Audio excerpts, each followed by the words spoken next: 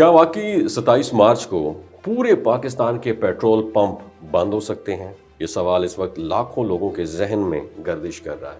ईद से पहले ही महंगाई, सफरी दबाव और ईंधन की फिक्र वो अलग से है, और अब ऊपर से ये खबर कि अगर मुतालिबात ना माने गए तो मुल्क भर में पेट्रोल पंप बंद हो सकते हैं। मगर असल हकीकत क्या है? आया ये सिर्फ दबाव बढ़ाने की स्ट्रैटेजी है या वाकई एक बहुत बड़ी हड़ताल सामने आ सकती है? इस वीडियो को एंड तक देखिएगा। नाज़रीन, रिपोर्ट्स के मुताबिक पाकिस्तान पेट्रोलियम डीलर्स एसोसिएशन ने खबरदार किया कि अगर हुकूमत ने डीलर्स का प्रॉफिट बढ़ाने का मुतालबा ना माना तो 27 मार्च से मुल्क भर में पेट्रोल पंप गैर मुअय्यना मुद्दत के लिए बंद किए जा सकते हैं। और ये ऐलान कराची में एक हंगामी प्रेस कॉन्फ्रेंस में किया गया, जहां एसोसिएशन ने यह कहा कि मौजूदा हालात में कारोबार जारी रखना मुश्किल होता जा रहा है। असल तनाज़ा प्रॉफिट मार्जिन के ऊपर है और डीलर्स का यह कहना है कि इस वक्त उन्हें फी लीटर तकरीबन 8.64 रुपए के करीब मार्जिन मिल रहा है, और उनके मुताबिक बढ़ती लागत के बाद ये मौसर तौर पर बहुत कम रह गया है। एक रिपोर्ट में एसोसिएशन चेयरमैन ने यह भी कहा कि उनका प्रॉफिट मार्जिन अमली तौर पर 2.68% तक गिर चुका है, जबकि वो इसे बढ़ाकर 8% करने की डिमांड कर रहे हैं। एसोसिएशन के एक ओहदेदार के मुताबिक अगर ये डिमांड मान ली जाए तो फी लीटर आमदन तकरीबन 25 रुपए तक जा सकती है।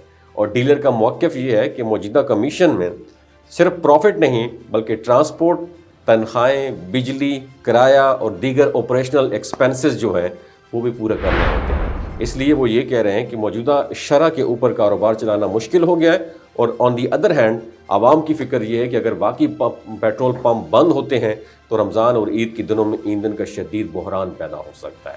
और उधर एक और अहम पेशरफ्त भी ये आई है कि वज़ीर आज़म पाकिस्तान ने 14 मार्च 2026 के जायज़े में आलमी मंडियों में इजाफे के बावजूद पेट्रोलियम प्रोडक्ट्स की कीमतें ना बढ़ाने का फैसला किया है और कहा है कि आवाम पर मज़ीद बोझ नहीं डाला जाएगा।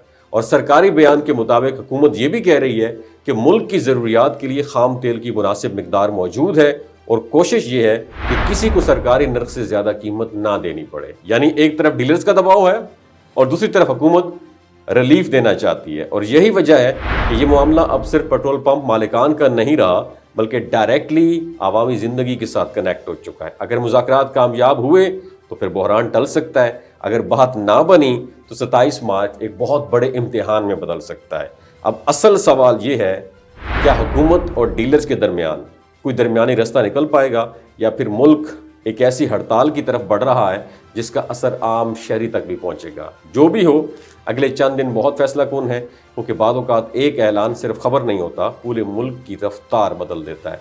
पाकिस्तान जिंदाबाद।